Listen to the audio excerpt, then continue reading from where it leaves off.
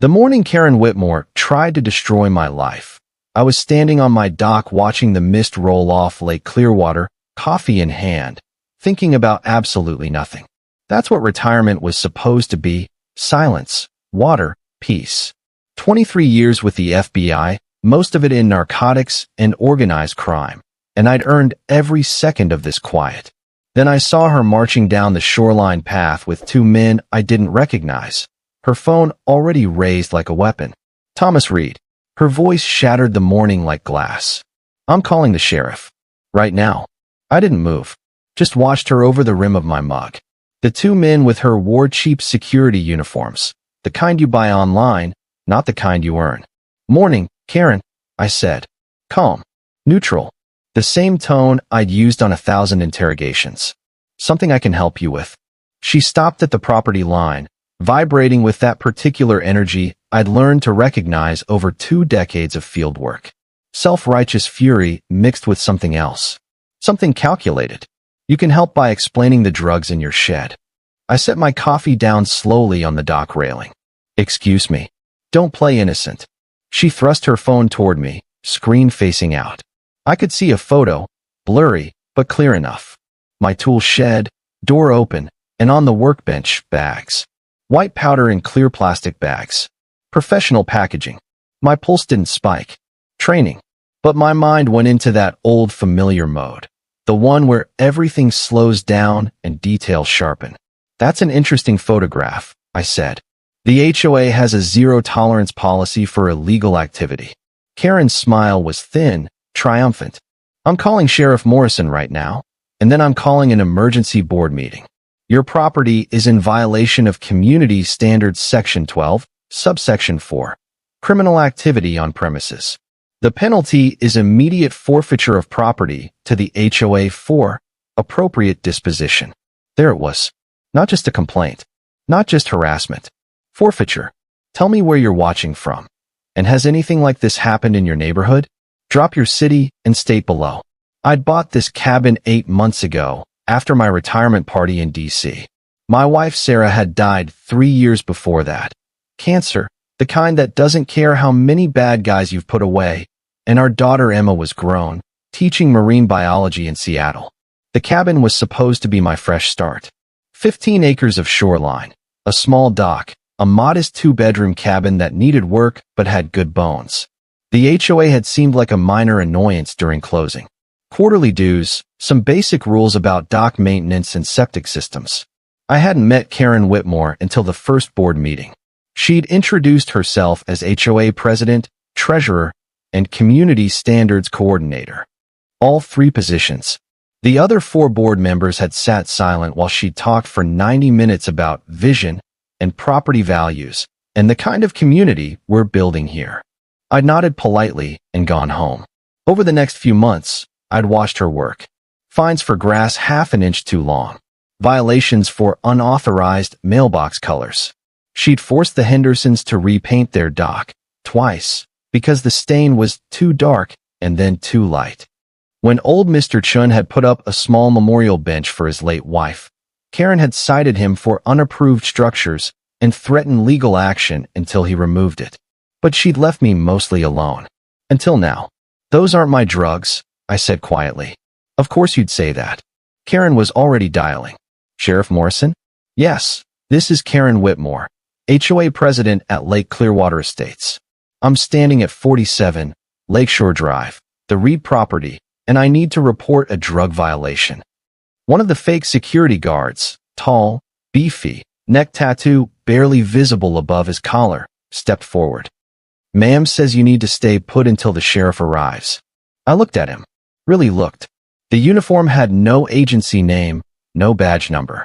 The patches were generic security in yellow letters. His partner, shorter but wider, had his hand resting on an empty belt loop where pepper spray might clip. "And you are?" I asked. "Lake Clearwater HOA enforcement." "Enforcement?" I let the word hang. "The HOA has enforcement officers now." "As of last month," Karen said, phone still to her ear. "The board voted to contract with Sentinel Security Solutions for enhanced community protection." "Yes, Sheriff, I'm still here." I filed that away. Sentinel Security Solutions. I'd run background checks on my neighbors when I moved in, old habits, but I hadn't thought to check on HOA contractors. Mistake. Sheriff Morrison arrived 20 minutes later in a county cruiser, looking tired and irritated. Bill Morrison was 62, a decent cop who'd served this rural county for 30 years and clearly wanted to finish his last 3 in peace. "Karen," he said, climbing out. "What's this about?" "Drugs, Sheriff. On the Reed property. I have photographic evidence." She showed him her phone. Morrison looked at the photo, then at me, then back at Karen. "And how did you come to take this photograph, Karen?" "I was conducting a routine property inspection. You entered my shed without permission?" I interrupted. "The HOA bylaws grant the board access to any property for inspection purposes with 24 hours written notice," Karen said smoothly. "I left a notice on your door yesterday at 9 a.m. You had until 9 a.m. today. I conducted my inspection at 9:15. I hadn't been home yesterday. I'd driven 2 hours to the VA hospital in Traverse City for a routine checkup, hadn't gotten back until after dark. If there'd been a notice, I hadn't seen it." "Sheriff," I said, "I'd like to report a breaking and entering." "Don't be ridiculous," Karen snapped. "The bylaws. The bylaws don't override state law," I said. "You entered a locked structure on my property without my consent. That's criminal trespass at minimum." Morrison rubbed his face. "Tom, let me look at this shed, okay? We'll sort this out." We walked up from the dock, the small parade of us. Me, Morrison, Karen, and her 2 fake security guards trailing behind. My property sloped gently up from the water, the cabin sitting in a clearing surrounded by pine and birch. The tool shed was a small wooden structure about 30 yards from the main cabin, where I kept lawn equipment, tools, and fishing gear. The door was closed but not locked. I always locked it. Morrison pulled on latex gloves. He had them in his pocket, which told me he'd taken Karen's call more seriously than his expression suggested, and opened the door. The bags were right there on the workbench. 4 of them. Clear plastic, heat-sealed, filled with white powder. Professional packaging. Each maybe 2 pounds. My mind was already running calculations. Street value, purity estimates, distribution patterns. Old instincts. "That's not mine," I said. "Of course it's not," Morrison said quietly. He was looking at the bags with the expression of a man who'd seen this play before. "Karen, I'm going to need you and your security team to step back to the property line." "But Sheriff." "Now, Karen." She went, but the triumph in her eyes was unmistakable. Morrison bent close to the bags without touching them, examining. Then he straightened and looked at me. "Tom, I'm going to be straight with you. I have to call this in. I have to collect these as evidence. And I need you to come down to the station to give a statement." "I understand. But between you and me," he lowered his voice, "this is the cleanest plant job I've seen in 20 years. Those bags haven't been moved since they were placed. No dust displacement. No fingerprints on the workbench except right where the bags sit. And I'm betting those prints are gloved smudges. The door lock isn't forced, but it's also not engaged. Someone had a key or picked it clean. You think she planted them. I think you've been here 8 months and haven't caused a lick of trouble. And suddenly Karen Whitmore, who's been trying to force out half the lakefront owners for 2 years, just happens to find major weight in your shed during an inspection." He shook his head. "But I still have to process this by the book." "I know. What I don't know," Morrison said, watching me carefully, "is why she'd be stupid enough to try this on you specifically." "What do you mean?" "Tom, I ran your name when you bought the property. Background check, standard procedure for new residents. I know what you did for 23 years. I know you retired as a supervisory special agent out of the DC field office. I know your specialty was narcotics and organized crime." He gestured at the bags. "So what I'm wondering is, does she know?" I thought about that. I'd been deliberately vague about my background. Former federal law enforcement was all I'd said at the HOA meeting. I hadn't advertised my FBI career, hadn't worn bureau gear, hadn't talked shop with the neighbors. "I don't think so," I said. Morrison smiled, but it wasn't friendly. It was the smile of a man who'd just realized he was watching a much bigger show than he'd expected. "Well," he said, "she's about to find out." The county station was small, 6 desks, 2 holding cells, a break room that smelled like burnt coffee and regret. I'd given my statement to Morrison in under an hour because there wasn't much to say. I didn't know how the drugs got there. I hadn't given anyone permission to enter my shed. And yes, I'd been gone all day yesterday. Morrison had been professional, thorough, and clearly skeptical of the whole situation. He'd taken photos of the shed, the bags, the lock mechanism. He'd dusted for prints. He'd bagged the evidence personally and logged it with a chain of custody form that he made a point of showing me. Every signature, every timestamp, every seal. This goes to the state lab in Lansing, he told me. Testing, analysis, the works. 2 weeks minimum for results. And in the meantime, you're not under arrest. I have no grounds. The evidence is circumstantial at best, and the circumstances stink. He leaned back in his chair. But Karen's going to push. She'll want me to charge you, or at least restrict your property access pending investigation. She'll probably file an emergency injunction with Judge Pearson. Judge Pearson, county circuit judge, handles civil disputes, injunctions, that sort of thing. Morrison hesitated. He's friendly with the HOA. Goes to the same church as Karen. Golf buddies with 2 of the board members. Perfect. I drove home as the sun was setting, the lake turning gold and orange in the fading light. My phone rang as I pulled into my driveway. Unknown number. I answered anyway. Mr. Reed. A woman's voice, young, nervous. My name is Jessica Chun. I'm David Chin's granddaughter. You met my grandfather at the HOA meeting a few months ago? Mr. Chun. The memorial bench. I remember, I said. How is he? That's why I'm calling. She took a breath. He had a stroke last week. He's in the hospital in Traverse City. The doctors say it was stress-induced. I closed my eyes. I'm sorry. The thing is, Mr. Reed, before the stroke, he was trying to fight the HOA. Karen Whitmore kept fining him. For the bench, for his grass, for his dock. The fines added up to almost $8,000. He couldn't pay, so she filed a lien against his property. Her voice cracked. She was going to foreclose. Grandpa was going to lose the cabin he built with my grandmother 40 years ago. Jesus. He told me he wasn't the only one. He said Karen's been doing this to people for 2 years. Targeting older residents, people on fixed incomes, people who can't fight back. Fining them into debt, then taking their properties when they can't pay. I sat in my truck, engine off, watching the last light die on the water. Why are you telling me this? I asked, though I already knew. Because Grandpa heard what happened to you this morning. The whole lake's talking about it. And he told me, right before the stroke, he told me you were different. He said you had that look. Like you'd seen things.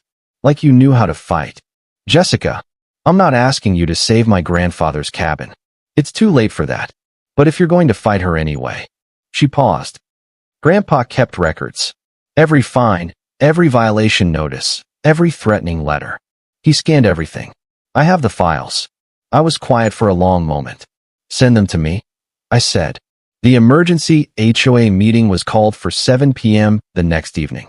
I got the notice via certified mail at noon, which meant Karen had filed it with the post office before she'd even found the drugs. She'd known exactly how this would play out. The notice was printed on official HOA letterhead, signed by all 5 board members. Emergency meeting, property forfeiture proceedings. Re. 47, Lakeshore Drive, Reed. Violation, criminal activity on premises, bylaws section 12.4. Proposed action, immediate forfeiture of property to HOA. Owner barred from premises pending resolution of criminal charges. I read it twice, then called the one person I knew could help. Reed. Marcus Webb said when he picked up, please tell me you're not already bored with retirement. Marcus had been my partner for 6 years in the DC field office before he'd transferred to the Detroit division. We'd worked a dozen major cases together. Cartels, trafficking rings, corrupt officials. He was a hell of an investigator and the closest thing I had to a best friend. I need a favor, I said. Of course you do. What's going on? I told him. All of it. The HOA, Karen, the planted drugs, the emergency meeting, Jessica Chin's call. When I finished, Marcus was quiet for a beat. Then he laughed, sharp and disbelieving. You're telling me some small-town HOA tyrant tried to frame a retired FBI agent? A narcotics agent? That's the situation. Tom, this is the dumbest thing I've heard all year, and I just worked a case where a guy tried to smuggle meth inside a frozen turkey. He paused. What do you need? Background on Sentinel Security Solutions. The HOA hired them as enforcement. I want to know who owns it, who works there, any priors. Done. What else? Financial records on Karen Whitmore and the Lake Clearwater HOA. Property transfers, liens, foreclosures. Anything that shows a pattern. That'll take a warrant. Not if you're just running public records and cross-referencing databases we already have access to. Marcus sighed. You know I love you, but I'm not risking my career for an HOA dispute. I'm not asking you to. I'm asking you to check if there's a federal angle. If she's running a property scheme across state lines, if there's fraud, if those fake security guards have federal warrants, that's our jurisdiction. Silence. Then, you think this is bigger than one crazy HOA president. I think someone who's confident enough to plant drugs on a stranger and call the sheriff is someone who's done this before. Successfully. I'll make some calls, Marcus said. But Tom, be careful. If she's willing to frame you, she's willing to escalate. He had no idea how right he was. Comment below. Would you fight this legally, or would you go harder? What would you do? The community center was packed. Every resident of Lake Clearwater Estates, all 47 properties, seemed to be there, crammed into a room designed for maybe 30 people. The air was hot and thick, smelling of coffee and tension. I arrived at 6:55 p.m. and took a seat in the back row. People stared, whispered. A few nodded at me. The Hendersons, a couple named Prakash who lived 3 lots down, old Mrs. Kowalski who baked cookies for the whole neighborhood every Christmas. But most looked away. Karen sat at the front table with the 4 other board members. Richard Voss, a retired accountant with the personality of damp cardboard. Susan Delacroix, who owned a vacation rental company and rarely attended meetings. Tim Brennan, a local contractor who'd done work on half the cabins. And Patricia Whitmore, Karen's sister-in-law, which I hadn't known until I'd looked up the board roster that afternoon. At 7 p.m. exactly, Karen banged a gavel. This emergency meeting of the Lake Clearwater Estates HOA is now in session. We're here to address a serious violation of community standards by Thomas Reed, owner of 47 Lakeshore Drive. She looked directly at me. Mr. Reed, you're accused of maintaining illegal narcotics on your property in violation of Section 12.4 of our bylaws. Do you wish to make a statement? I stood slowly. Every eye in the room turned. I didn't put those drugs there, I said. Someone planted them. Murmurs rippled through the crowd. That's a serious accusation, Karen said. Do you have proof? Do you have proof I put them there? Her smile was razor thin. The sheriff's department has physical evidence recovered from your property. That's sufficient under our bylaws to proceed with forfeiture. The sheriff's department has evidence that someone put drugs in my shed. I corrected. There's no evidence I did it. In fact, Sheriff Morrison told me the scene looked like a plant job. More murmurs. Karen's jaw tightened. Regardless of your conspiracy theories, the bylaws are clear. Criminal activity on premises, proven or alleged, gives the board authority to seize the property to protect community values and safety. She glanced at the other board members. I move that we vote immediately on forfeiture. Second, Patricia Whitmore said instantly. Wait. Susan Delacroix, the vacation rental owner, raised her hand. Shouldn't we at least wait for the criminal investigation to conclude? If Mr. Reed is cleared. The bylaws don't require a criminal conviction, Karen interrupted. Only evidence of illegal activity, which we have. Evidence you obtained during an inspection he didn't consent to, I said. Karen's eyes flashed. I provided 24 hours written notice as required. You left a notice when you knew I wouldn't be home. You timed it deliberately. That's absurd. Is it? I pulled out my phone, opened the photos I'd taken that morning. I checked my security camera footage. You were at my property at 8:45 a.m. yesterday, 15 minutes before your so-called notice was delivered. You were checking to make sure I was gone. That was a bluff. I didn't have security cameras. Yet. But Karen's face went pale for just a second. Just long enough. You're lying, she said. Am I? Because I'm happy to provide the footage to Sheriff Morrison, and to a judge, and to the state police if necessary. The room had gone silent. Tim Brennan, the contractor, cleared his throat. Karen, maybe we should table this until... No. Karen stood, her voice sharp. We're voting. Now. All in favor of immediate forfeiture of 47 Lakeshore Drive. Her hand went up. Patricia's followed instantly. Richard Voss hesitated, then raised his hand slowly. 2 against. Susan Delacroix and Tim Brennan kept their hands down. 3 votes, Karen said. Motion passes. That's not a majority, Susan said. There are 5 board members. 3 constitutes a quorum for emergency actions under Article 7 of the bylaws. Karen's smile returned. Mr. Reed, you have 72 hours to vacate the property. All belongings must be removed. The HOA will take possession on Saturday at noon. I didn't move. Didn't react. Just looked at her with the same flat expression I'd used on cartel lieutenants and mob lawyers. You're making a mistake, I said quietly. The only mistake, Karen said, was yours. Thinking you could bring drugs into this community and get away with it. I walked out.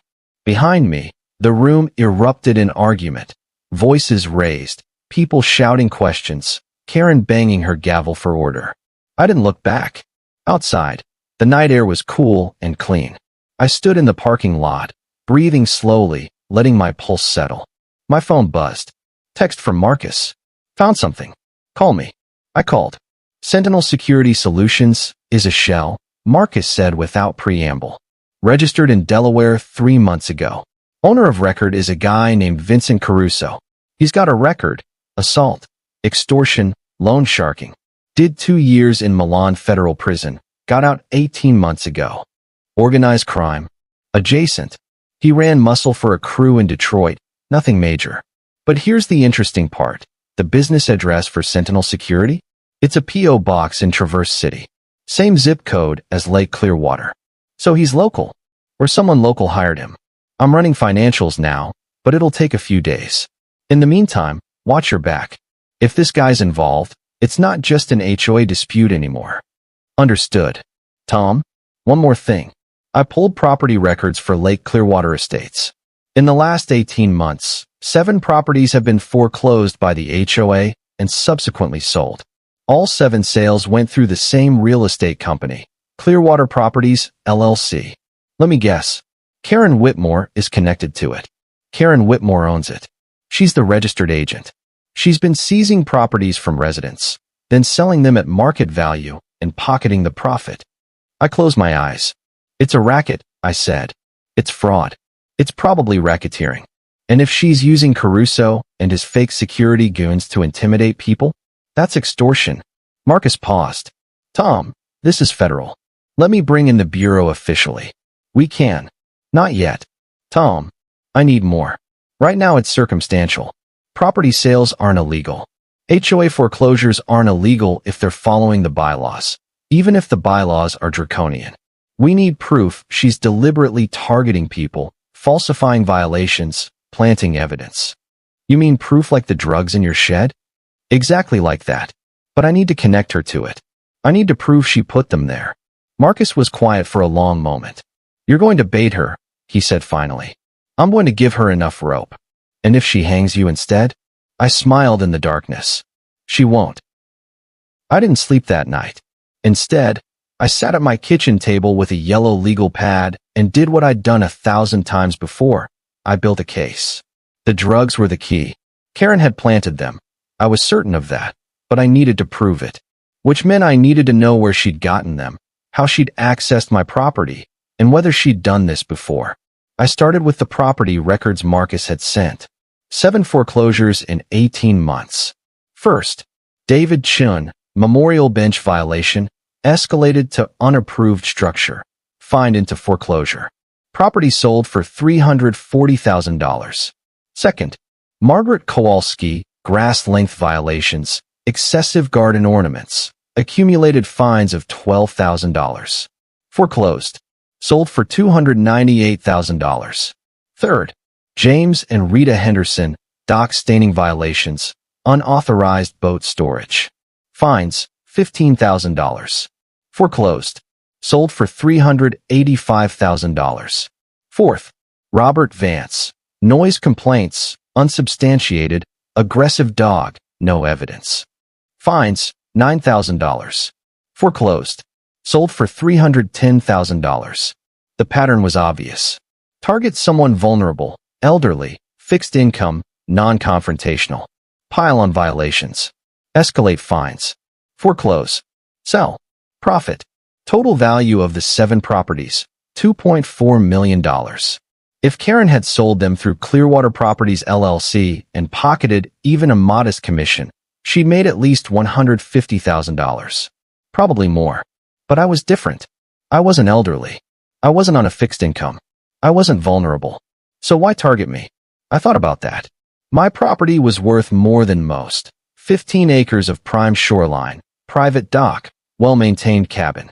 Assessed value, $425,000. Market value, probably closer to $500,000. That was reason enough. But there was something else. Something that nagged at me. I pulled up the HOA bylaws on my laptop and read through them again. Section 12.4, the Criminal Activity Clause, was buried on page 47 of a 60-page document. It was vague, broad, and almost certainly unenforceable in a real court. But it didn't need to be enforceable. It just needed to sound official enough to scare people. Most of the residents here were retirees, vacation homeowners, people who didn't want trouble. If Karen showed up with fake security guards and a legal-sounding document, most would fold. I wasn't most people. At 6 a.m., I drove into town. The county clerk's office opened at 8, and I was waiting at the door when the clerk, a tired-looking woman named Brenda, unlocked it. "Help you?" she asked. "I need copies of all property liens and foreclosure filings for Lake Clearwater Estates HOA for the last 2 years. She blinked. "That's specific. It's public record." "It is. But it'll take me a couple hours to pull everything." "I'll wait." I sat in the lobby with bad coffee and a newspaper, watching the clock. At 9:30, Brenda brought me a thick folder. 43 filings, she said. Liens, foreclosures, and property transfers. "That'll be $30 for copies." I paid and took the folder to a diner down the street. Ordered breakfast I didn't eat and started reading. 43 filings. 7 foreclosures. But 36 liens. 36 properties currently under lien by the HOA. I cross-referenced the addresses with the Lake Clearwater resident list I'd gotten from the community center. 36 properties out of 47 total. Karen had filed liens against 76% of the community.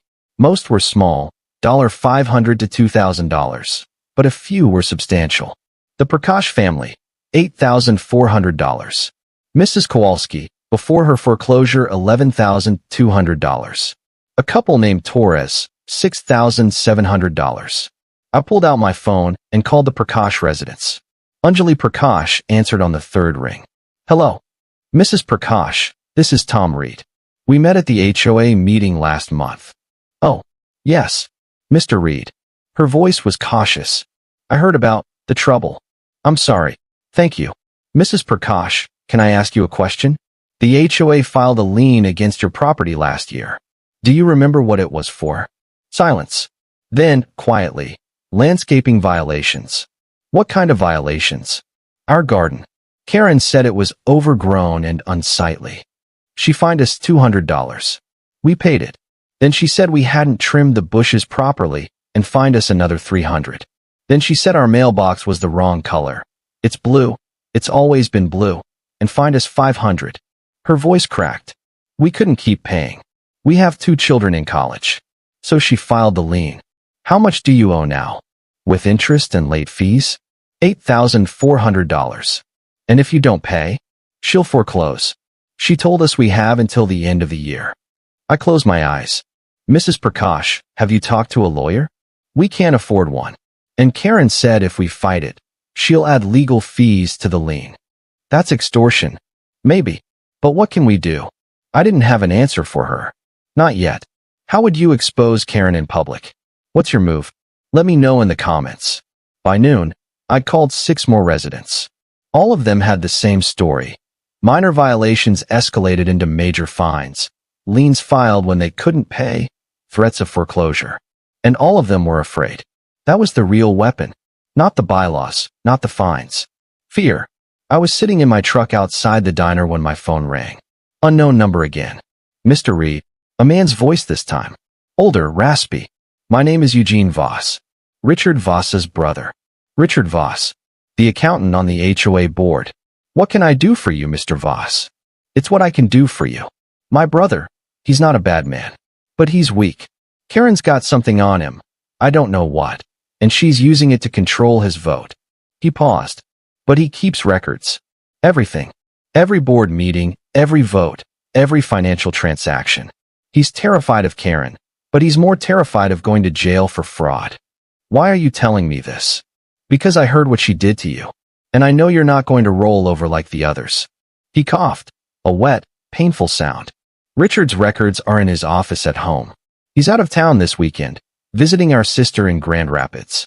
If someone were to, I don't know, accidentally find those records. Mr. Voss, I can't break into your brother's house. I'm not suggesting you do. I'm suggesting you talk to his housekeeper, Maria Gonzalez. She's worked for him for 10 years. She's seen what Karen's doing. She might be willing to help. He gave me a phone number and hung up. I sat there for a long moment, staring at the number on my screen. Then I called it. Maria Gonzalez met me at a coffee shop in Traverse City that afternoon. She was in her 50s, small and nervous, with kind eyes and hands that wouldn't stop moving. Mr. Voss, Eugene, he said you might call, she said. I don't want trouble. I'm not here to cause you trouble. I just need information. About Mr. Richard? About the HOA? About Karen Whitmore? She looked down at her coffee. She's a bad woman. She hurts people. I know. I'm trying to stop her. But I need proof. Mr. Richard has proof. He keeps files, spreadsheets, emails. He prints everything and locks it in his office. She hesitated. He says it's insurance. In case Karen ever tries to blame him. Can you give me access to those files? I could let you into the house, but I can't help you break into his office. He has a safe. I don't need you to. Just get me inside. I'll handle the rest. She looked at me for a long time, searching my face. Why should I trust you? Because I spent 23 years putting people like Karen Whitmore in prison, I said. And I'm not going to let her win. She nodded slowly. Saturday morning. 10 o'clock. Mr. Richard leaves at 8. I'll be there cleaning. The back door will be unlocked. I spent the next 2 days preparing. I called Marcus and had him run deeper backgrounds on Karen, the board members, and Vincent Caruso. I reviewed the HOA bylaws line by line, looking for loopholes and contradictions. I organized the property records into a timeline, and I waited.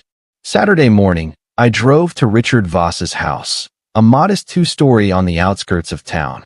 Maria was waiting by the back door, pale and shaking. I shouldn't be doing this, she whispered. You're doing the right thing. She let me in.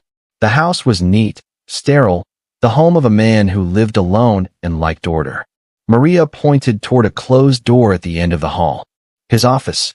The safe is behind the bookshelf. I don't know the combination. I don't need it. I'd brought tools. Not lockpicks. I wasn't going to break in, but a small pry bar, a flashlight, and a camera. The office was exactly what I expected. Desk, computer, filing cabinets, bookshelf. I moved the bookshelf carefully, revealing a wall-mounted safe. Standard residential model, electronic keypad. I didn't touch it. Instead, I looked around the room. Accountants like Richard Voss didn't just keep one set of records. They kept backups. I found them in the filing cabinet. 3 drawers, meticulously organized. HOA financial records, 2022 to 2024. I pulled out my camera and started photographing. Every page, every spreadsheet, every email printout. It took an hour. When I was done, I had over 300 photos.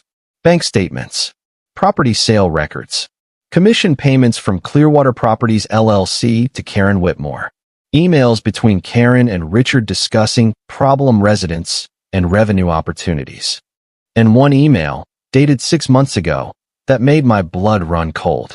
From K.Whitmore at clearwaterpropertiesllc.com to r.voss@lakeclearwaterhoa.org. Subject: Reed property. Richard, the Reed property is prime. 15 acres, deep water access. Assessed at $425,000. Market value probably $500,000 plus. He's single, no local ties, keeps to himself. Perfect target. I'm working on a violation strategy. Need your vote when the time comes. K. She'd been planning this for 6 months. I photographed the email 3 times, making sure it was clear. Then I put everything back exactly as I'd found it, moved the bookshelf, and left. Maria was waiting in the kitchen, wringing her hands. Did you find what you needed? I did. Thank you. What happens now? Now I build a case.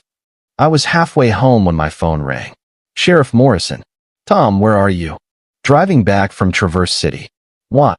Because Judge Pearson just signed an emergency restraining order. Karen filed it an hour ago. You're barred from your property effective immediately. I pulled over. On what grounds? She claims you threatened her at the HOA meeting. Said you were unstable and dangerous. Pearson bought it. You've got 24 hours to retrieve essential belongings, supervised by my deputies. After that, you're not allowed within 500 feet of the property until the criminal investigation is resolved. Bill, I know what it is, but my hands are tied. Pearson's order is legal, even if it's bullshit. He paused. Tom, she's escalating. Whatever you're planning, you need to move fast. I hung up and sat there, engine idling, watching the road. Karen was scared. She was moving faster than I'd expected, which meant she knew I was digging, which meant I was close. I called Marcus. I need a favor, I said. A big one. The motel room in Traverse City was small and smelled like industrial cleaner, but it had Wi-Fi and a desk, which was all I needed. I'd retrieved my laptop, files, and a suitcase of clothes from the cabin under the watch of 2 bored deputies, then driven straight here. Karen thought she'd boxed me in. She was wrong. I spread the photographs of Richard Voss's files across the desk and started building a timeline. Every property Karen had targeted. Every fine. Every foreclosure. Every sale. The money trail was clear. Fines led to liens. Liens led to foreclosures. Foreclosures led to sales through Clearwater Properties LLC, and sales led to deposits in Karen's personal accounts. Over 2 years, she'd moved $2.4 million in property and pocketed at least $180,000 in commissions and fees. But that wasn't the smoking gun. The smoking gun was the email about my property, proof of premeditation. She'd targeted me specifically, planned the violation, and coordinated with Richard Voss to ensure the board vote would go her way.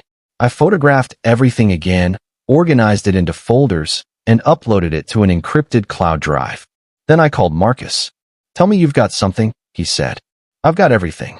Financial records, emails, property transfers. She's been running a systematic fraud scheme for 2 years, targeting vulnerable residents, fabricating violations, seizing properties, and selling them for profit. That's racketeering. It gets better. She coordinated with at least one board member, Richard Voss, to rig votes. That's conspiracy. And she hired Vincent Caruso's fake security company to intimidate residents. That's extortion. Marcus whistled. You've been busy. I need you to bring this to the Bureau. Officially. I can't do it myself. I'm too close, and Karen will claim I'm retaliating. But if you present it as an independent investigation, I'm already ahead of you. I briefed my SAC yesterday. He's interested, but he wants more before he commits resources. Specifically, he wants proof that Caruso's involvement crosses state lines or involves federal crimes. I'm working on that. How? I'm going to make Karen show her hand. Marcus was quiet for a beat. Tom, don't do anything stupid. Define stupid. Anything that gets you arrested or killed. I'll try. I hung up and opened my laptop. It was time to go on offense. The next morning, I drove back to Lake Clearwater, not to my property, but to the community center. The parking lot was empty except for one car, a silver Lexus with a vanity plate that read Coprop. Karen's car. I parked next to it and waited. 10 minutes later, she emerged from the building carrying a cardboard box. She froze when she saw me. You're violating the restraining order, she said. I'm in a public parking lot. The order bars me from my property, not the entire town. I got out of my truck slowly, hands visible. We need to talk. I have nothing to say to you. That's fine. I'll talk. You listen. She set the box on the hood of her car, arms crossed. Make it quick. I know what you're doing. The fake violations, the foreclosures, the property sales. I know about Clearwater Properties LLC.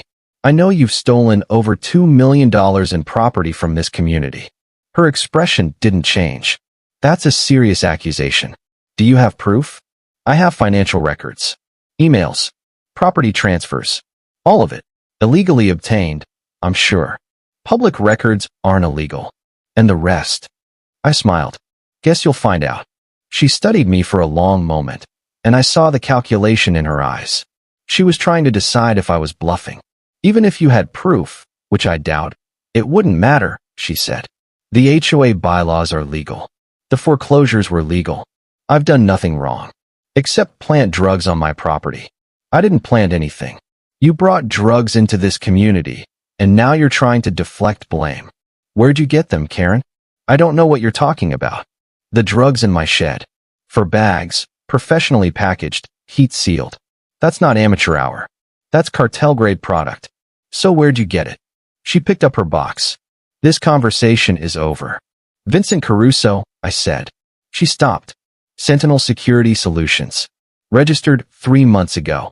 Owner of record, Vincent Caruso. Convicted felon. Extortion, loan sharking, assault. Did 2 years in federal prison. I stepped closer. You hired him to intimidate residents.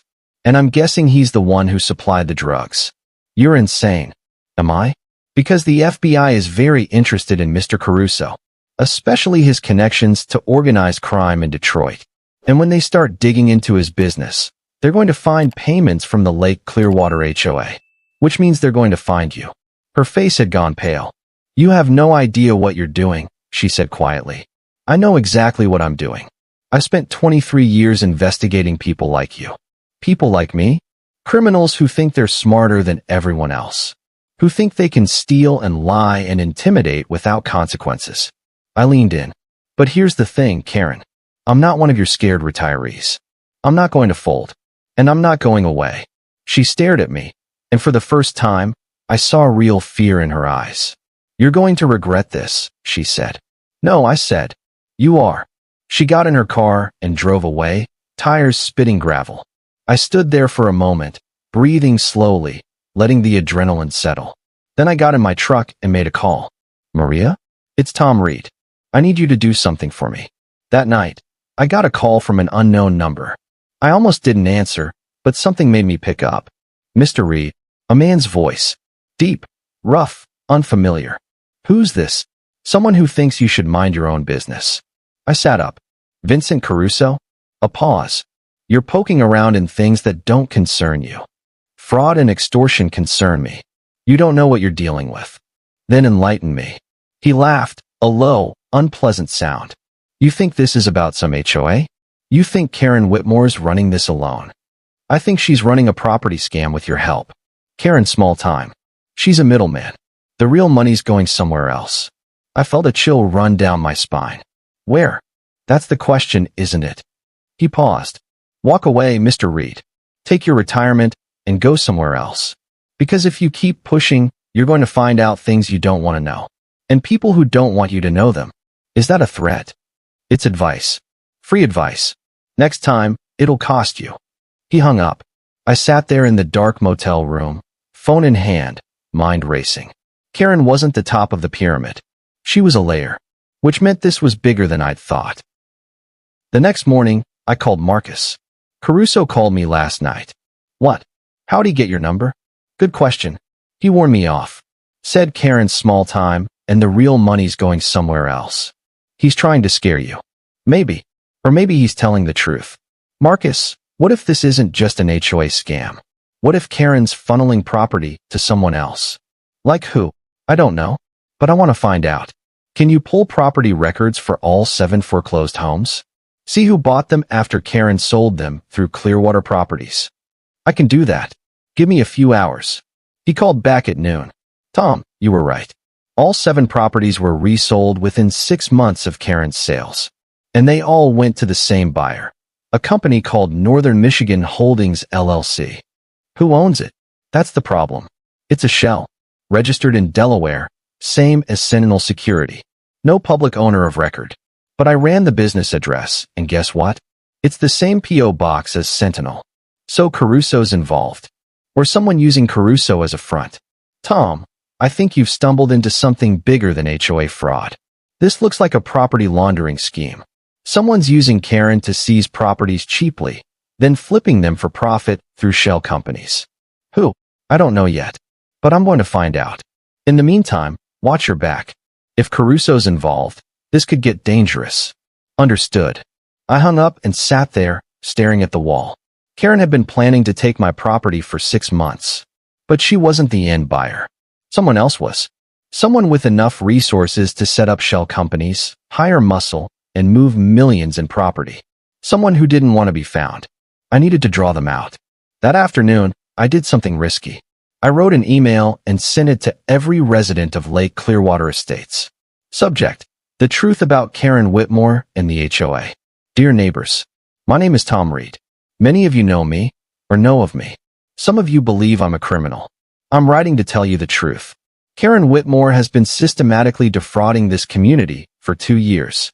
She's targeted vulnerable residents with fake violations, imposed excessive fines, and foreclosed on properties when people couldn't pay. She's stolen over $2 million in property and resold it for personal profit. I have proof. Financial records, emails, property transfers. I'm sharing them with you now. Attached are documents showing 36 active liens filed by the HOA against residents, 7 foreclosures and subsequent sales through Karen's company, emails proving she targeted my property 6 months ago, payments to a fake security company run by a convicted felon.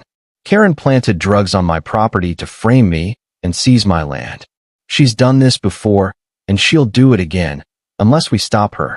I'm calling for an emergency community meeting this Saturday at 2 p.m. at the community center. Come hear the truth. Bring your questions. Bring your documentation if Karen's targeted you. It's time to take our community back. Tom Reed. I attached the photos of Richard Voss's records, redacted to protect financial details, but clear enough to show the pattern. Then I hit send and waited. Within an hour, my phone started ringing. Residents calling to thank me, to share their stories, to ask if the documents were real. Mrs. Prakash called in tears. Is this true? She really planned this. It's true, and we're going to stop her. The Hendersons called. The Torres family. Even Mrs. Kowalski, whose property had already been foreclosed. Can we get our homes back? She asked. I don't know, I said honestly. But we can make sure she doesn't take anyone else's. By evening, I'd heard from 30 residents. And then I got a different call. Mr. Reed, a woman's voice, shaking. This is Patricia Whitmore, Karen's sister-in-law. I remember. I need to talk to you. In person. Tonight. Why? Because Karen's planning something. Something bad. And I think you're in danger. We met at a diner 20 miles outside town, far enough that no one from Lake Clearwater would recognize us. Patricia Whitmore looked nothing like the confident board member I'd seen at the HOA meeting. She was pale, her hands shaking as she wrapped them around a coffee mug she didn't drink from. Thank you for coming, she said. I sat across from her, watching. You said I was in danger. Explain. She took a breath. Karen called me this afternoon, after your email went out. She was. I've never heard her like that. Furious. Panicked. She said you'd ruined everything. Everything. The plan. The properties. She kept saying they're going to kill me over and over. Patricia looked up, eyes red. Mr. Reed, I didn't know. I swear I didn't know what she was doing. I thought the foreclosures were legitimate. I thought. You voted to seize my property. Because she told me you were dangerous. She showed me the drugs, said you were a dealer, said we had to act fast or the whole community would be at risk. Her voice cracked. I believed her. I'm so sorry. I studied her. She was either a good actress or genuinely terrified. Who's they? I asked. Who's going to kill her? I don't know. She wouldn't say. But she mentioned a name. Caruso. She said Caruso was going to clean this up and that I needed to keep my mouth shut if anyone asked questions. Vincent Caruso. The pieces were clicking into place. Patricia, I need you to tell me everything you know about Karen's business. Clearwater Properties, the foreclosures, the sales. Everything. She nodded, wiping her eyes. Karen started Clearwater Properties 3 years ago, right after she became HOA president. At first, it was just a side business, helping people sell their vacation homes, that sort of thing. But about 2 years ago, she changed. She started talking about opportunities and maximizing community value. She pushed through new bylaws, stricter rules, higher fines. And you didn't question it? I did. Once. She told me to mind my own business or she'd make sure everyone knew about my son. I leaned forward. Your son? He's had problems. Drug problems. He's in rehab now, but 2 years ago he was arrested for possession. Karen found out. She said if I didn't vote her way, she'd tell the whole community. She'd ruin his chances of getting clean. Patricia's voice dropped to a whisper. So I voted. Every time. I voted. Blackmail. Of course. What about Richard Voss? She has something on him too. I don't know what. But he's terrified of her. And the other board members? Susan doesn't pay attention. She's only here a few weeks a year. Tim just goes along with whatever Karen says. He does construction work for her company. If he votes against her, he loses contracts. A board controlled by fear and self-interest. Perfect for Karen's purposes. Patricia, I need you to testify. Officially. Tell the authorities what you just told me. She went pale. I can't. If Karen finds out, Karen's going to prison. And so is Caruso. But I need witnesses. I need people willing to stand up. She'll destroy me. She's already destroyed dozens of people. Your neighbors. Your friends. Are you going to let her keep doing it? Patricia was silent for a long moment. Then, quietly, what do you need me to do? I left the diner with Patricia's promise to give a statement to Marcus and the FBI. It wasn't much, but it was a crack in Karen's armor. On the drive back to the motel, my phone rang. Marcus. Tom, we've got a problem. What kind of problem? The drugs from your shed. The lab results came back early. And they're real.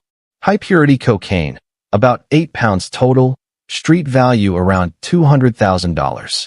But here's the weird part. The packaging has markings. Cartel markings. Specifically, the Sinaloa cartel.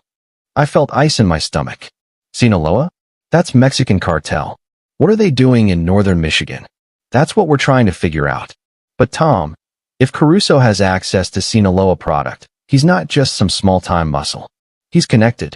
Which means this property scheme might be part of something bigger. Money laundering. Exactly. Buy properties with dirty money, flip them clean. It's a classic scheme. And if that's what's happening, the Bureau's going to want to take over the investigation. How long? A week, maybe 2. We need to build a case, get warrants, coordinate with DEA. I don't have 2 weeks. Karen's panicking. She's going to run or destroy evidence. I need to move now. Tom, I'm not asking for permission. I'm giving you a heads up. Saturday, 2 p.m., Community Center. I'm holding a meeting. I'm going to present everything I've found. If Karen shows up, she's going to incriminate herself. If she doesn't, the community's going to vote her out. And if Caruso shows up, then I'll deal with him. Tom, this is insane. You're not a field agent anymore. You're retired. You don't have backup. You don't have authority. I have the truth. That's enough. Marcus sighed. You're going to get yourself killed. Probably. But I'm doing it anyway. I hung up. The next 3 days were a blur. I compiled every piece of evidence into a presentation, property records, financial documents, emails, timelines. I organized it into a clear narrative. Karen's systematic fraud, the shell companies, the cartel connection, the blackmail. I contacted every resident personally, urging them to attend the meeting. Most agreed. A few were too scared. A few still thought I was the criminal. But enough believed me. On Friday night, I got a call from Maria Gonzalez. Mr. Reed? Richard Voss came home early. He knows someone was in his office. Did he call the police? No. He called Karen. They argued. I heard him say, I'm not going to prison for you, and I'll tell them everything. Where is he now? He left. He took a suitcase. I think he's running. Damn. Richard Voss was a key witness. Without him, I'd have a harder time proving Karen's conspiracy. Maria, if he contacts you, tell him I can protect him. Tell him the FBI will offer immunity if he cooperates. I'll try. I hung up and immediately called Marcus. Richard Voss is running. We need to find him before Karen does. I'll put out a bolo. But Tom, if he's running, it means he thinks he's in danger. Which means you're in danger too. I know. Then cancel the meeting. Let us handle this. No. Tom. Marcus. These people have been terrorized for 2 years. They've lost their homes, their savings, their peace. They deserve to see justice. Public justice. If I cancel now, Karen wins. She'll destroy evidence, disappear, and start over somewhere else. And if she kills you, then you'll have her on murder charges too. Marcus was silent. You're an idiot, he said finally. Yeah, but I'm an idiot with a plan. Saturday morning, I woke to a text from an unknown number. Don't go to the meeting. Last warning. I deleted it and got dressed. At 1 p.m., I arrived at the community center. The parking lot was already half full. Residents were arriving in clusters, talking in low voices, glancing nervously at the entrance. I set up my laptop and projector inside, testing the connection. The presentation was ready. 40 slides, 20 minutes of evidence. At 1:30, Sheriff Morrison arrived. Tom, he said, I heard about this meeting. You should have told me. I'm telling you now. What are you planning? I'm planning to show this community the truth. And if Karen shows up with Caruso and his goons, then you arrest them. Morrison looked at me for a long moment. I've got 2 deputies outside. If this goes south, it won't. You don't know that. No, but I'm betting on it. At 1:45, the room started to fill. 30 people, 40, 50, nearly every resident of Lake Clearwater Estates. At 1:55, Karen Whitmore walked in. She was alone. No board members. No Caruso. Just her, in a crisp blazer and cold expression. She took a seat in the back row and stared at me. I stared back. At 2 p.m., I stood up and began. Thank you all for coming, I said.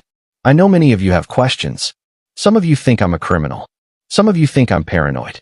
I'm here to show you the truth. I clicked to the first slide. A photo of my shed, the drugs on the workbench. 3 weeks ago, Karen Whitmore entered my property without my consent and claimed to find these drugs. She called the sheriff. She called an emergency HOA meeting. She moved to seize my property.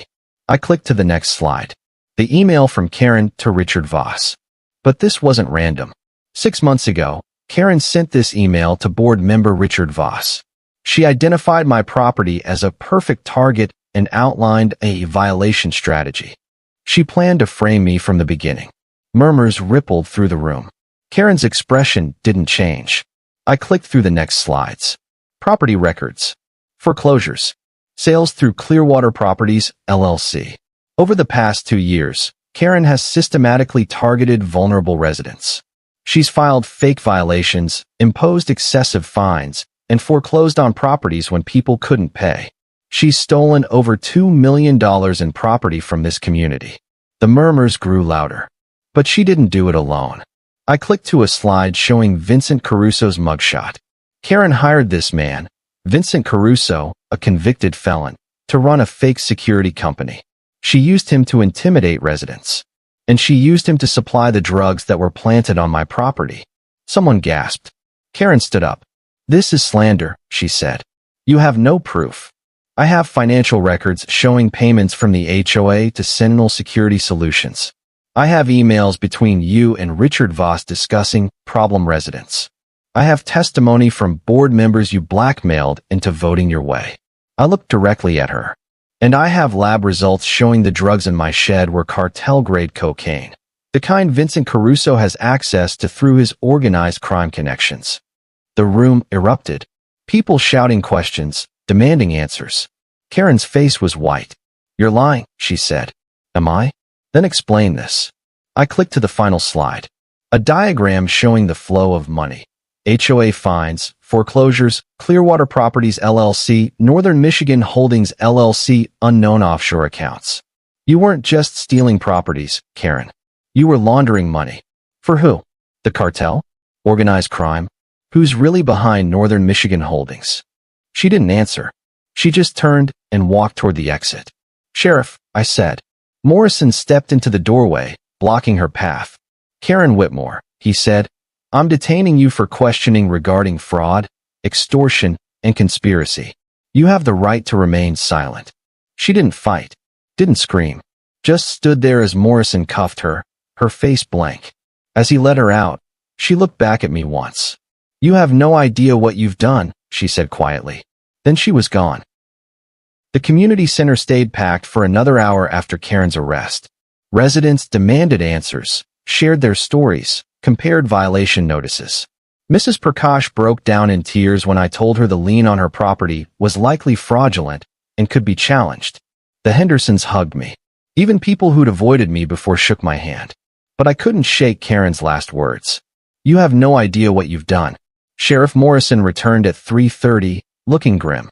"She lawyered up immediately," he said. "Won't say a word. But we searched her car and found a burner phone. 12 calls to the same number in the last 24 hours. We're tracing it now."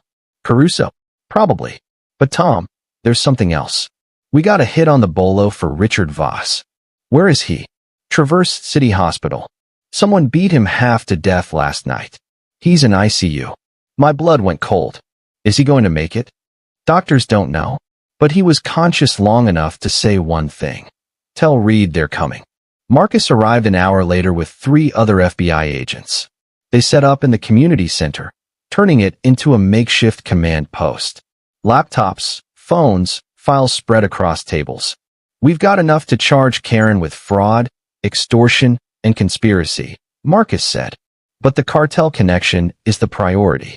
If Northern Michigan Holdings is laundering money for Sinaloa, this is a multi-state operation. Maybe international. What about Caruso? We've got teams searching for him.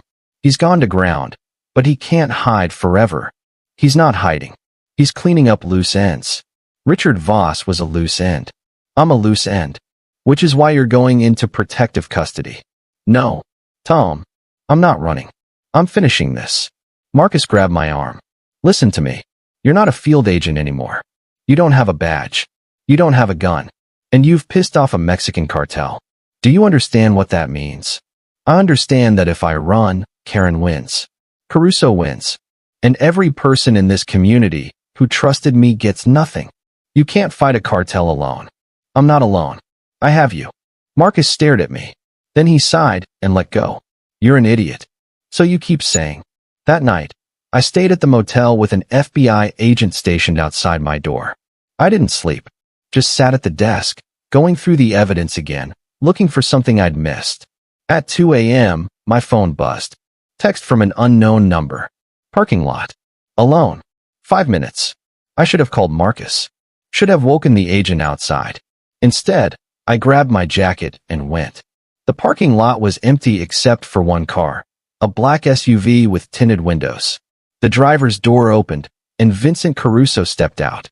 He was bigger than his mugshot suggested. 6'3", maybe 250, with a shaved head and a scar running down his left cheek. He wore a leather jacket and jeans, and his hands were empty. "Mr. Reed," he said, "thanks for coming. You've got 2 minutes before I call the FBI. I'm not here to hurt you. I'm here to make a deal. I don't make deals with criminals. Even if it gets you the people above me." I stopped. "Keep talking." Caruso leaned against the SUV. "You were right. Karen's small time. She was moving properties for us, me and my bosses. We'd buy them cheap through her foreclosures, clean the titles, flip them for profit. Easy money. Low risk. Until I showed up. Until you showed up." Karen panicked. She wasn't supposed to target a Fed, retired or not. But she got greedy. Your property was worth too much. She thought she could frame you quick, seize the land, and move on. And you supplied the drugs. I did. Mistake. My bosses aren't happy. He looked at me. They want this contained. Which means they want you dead. So why are you here? Because I'm tired of being the cleanup guy. I did my time. I got out. I was trying to go straight, sort of. But my old crew pulled me back in. One last job, they said. Easy money. He laughed bitterly. Now I'm looking at federal charges, and my bosses are planning to disappear me the second I'm not useful. So you want to flip? I want immunity. Full immunity. and witness protection. In exchange, I'll give you everything. Names, accounts, properties. The whole operation. I studied him. He was scared. Genuinely scared. Who's above you? I asked. Ever heard of Dmitry Volkov? I felt my stomach drop. Dmitry Volkov. Russian organized crime. I'd worked a case on him 8 years ago. Money laundering, racketeering, suspected ties to both Russian mafia and Mexican cartels. We'd never been able to touch him. Volkov's behind this. He's behind a lot of things. Property schemes, drug distribution, human trafficking. He uses shell companies and local operators like me to stay insulated. Karen was one of dozens of people moving property for him across the Midwest. And now he knows you're a problem. He's sent people to deal with you. When they're already here. I called Marcus immediately. He arrived with 6 agents, and we moved to a secure location, a safe house 20 miles outside town. Caruso came with us, under guard, and spent the next 6 hours telling us everything. It was worse than I'd imagined. Volkov's operation spanned 12 states. He used local HOAs, real estate companies, and corrupt officials to seize properties, launder money, and distribute drugs. Karen Whitmore was one of 30 operatives working for him. The 7 properties she'd foreclosed were worth $2.4 million, but across all 30 operatives, Volkov had moved over $60 million in property in 2 years. We need to move on this now, Marcus said. If Volkov knows we're onto him, he'll burn everything and disappear. What about the people he sent after me? We've got teams watching your motel, the community center, and your property. If they show up, we'll grab them. And if they don't, then we use you as bait. I looked at him. Excuse me. Volkov wants you dead because you're a threat. So we make you visible. You go back to Lake Clearwater, back to your property. We put surveillance on you. And when his people come, we take them down. That's a terrible plan. You got a better one? I didn't. The next morning, I drove back to Lake Clearwater. The restraining order had been lifted after Karen's arrest, and I was officially allowed back on my property. It felt strange walking up to the cabin after 2 weeks away. The grass was overgrown. The dock needed repairs. But it was still mine. I went inside and made coffee. Sat on the porch, watched the lake, and waited. The FBI had agents hidden in the woods, in a boat on the water, in a van down the road. I wore a wire. I had a panic button in my pocket, but I felt alone. At noon, a car pulled into my driveway. I tensed, hand moving toward the panic button. Then I saw who it was. Jessica Chun. She got out slowly, nervously. Mr. Reed? I'm sorry to bother you. I heard you were back, and I wanted to thank you. For everything. I relaxed. How's your grandfather? He's awake. The doctors say he's going to recover. She smiled, tears in her eyes. And the lien on his property, Sheriff Morrison said it's being voided. He's not going to lose the cabin. That's good. It's because of you. You saved him. You saved all of us. I didn't know what to say. She handed me a small package. Grandpa wanted you to have this. I opened it. Inside was a photo, Mr. Chun and his wife, young, standing in front of the cabin. On the back, in shaky handwriting. Thank you for giving me my home back. David Chun. I looked up, but Jessica was already getting back in her car. Tell him he's welcome, I said. She nodded and drove away. I stood there on the porch, holding the photo, and for the first time in weeks, I felt something other than anger. I felt hope. They came at sunset. 2 men, dressed in black, moving through the woods toward my cabin. The FBI spotted them immediately. Subjects approaching from the north. Marcus's voice crackled in my earpiece. Stay inside. We're moving to intercept. I stayed on the porch, watching. The men reached the tree line. One raised a rifle. FBI, drop your weapons. Agents swarmed from the woods. The 2 men ran. Shots fired. Not at me, but into the air. Warning shots. One man dropped his rifle and surrendered. The other kept running. He made it 10 yards before a tackle brought him down. It was over in seconds. Marcus walked up to the porch, breathing hard. You okay? I'm fine. They had rifles, suppressed pistols, and photos of you. This was a hit.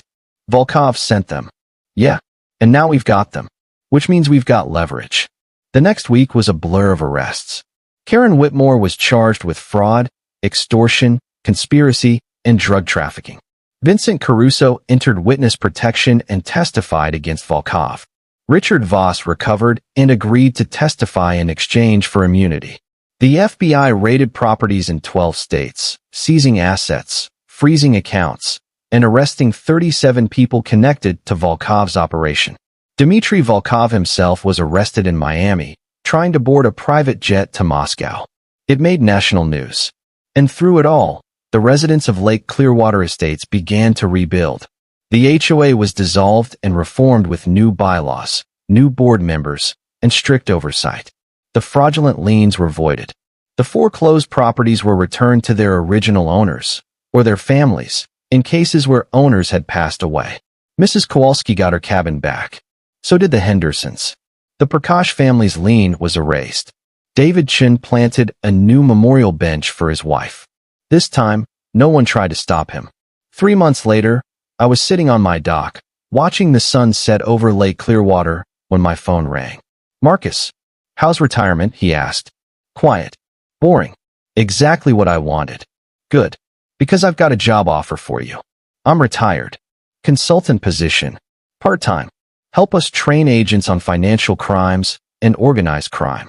You'd work from home, set your own hours, and the pay's good." I thought about it. About the cabin, the lake, the peace I'd fought so hard to protect. "Let me think about it," I said. "Take your time." "But Tom, you did good. You saved a lot of people." "Thanks, Marcus." I hung up and sat there, watching the water turn gold in the fading light. Karen Whitmore was in federal prison. Dmitry Volkov was awaiting trial. The community was safe. And I was home. For the first time in years, I felt like I could breathe.